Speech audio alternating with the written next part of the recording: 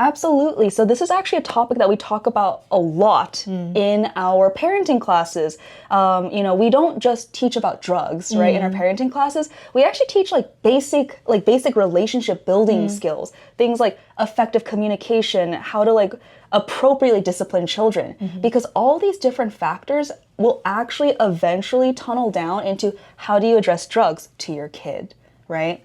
And so the one thing I do say is that, yes, it's uncomfortable, but you have to power through because more than anything, the earlier you start these conversations, the more impactful the words will be and the advice will be to your children as they grow up.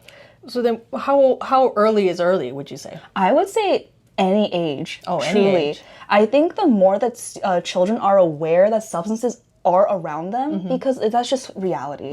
You cannot protect and hide your child from substances forever. They will have it surround them eventually. So the earlier they know that this is something that they should say no to, that they know that this is bad for your health, helps them immensely. I would say, obviously, I wouldn't wait until they were 18. At that point, that's just too late. I'm sorry. That point, yeah, I know. They're a legal adult. What can you do? Yeah. But it probably would be easier to talk about that subject when they're younger as opposed to once they're entering into their teens. It's a little bit more difficult to start those conversations. Absolutely. And you don't have to start with never do drugs. They're so bad for you. You can kind of ease your way into it, right? So for example, I always tell parents that find a safe place to talk to your kid where both you and your child feel comfortable, right? So that might not be over a table like this, talking to them very direct eye contact. That can be kind of uncomfortable for your kid.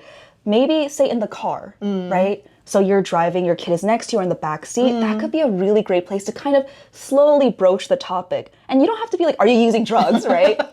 You can even say something like, hey, so, how do your friends feel about drugs, Or maybe if you're watching a TV show where someone is using substances, right? Even if it's smoking a cigarette or drinking alcohol, maybe you can talk to your kids, especially if they're younger, point out to them, do you like how that person's acting? That's kind of embarrassing, isn't it?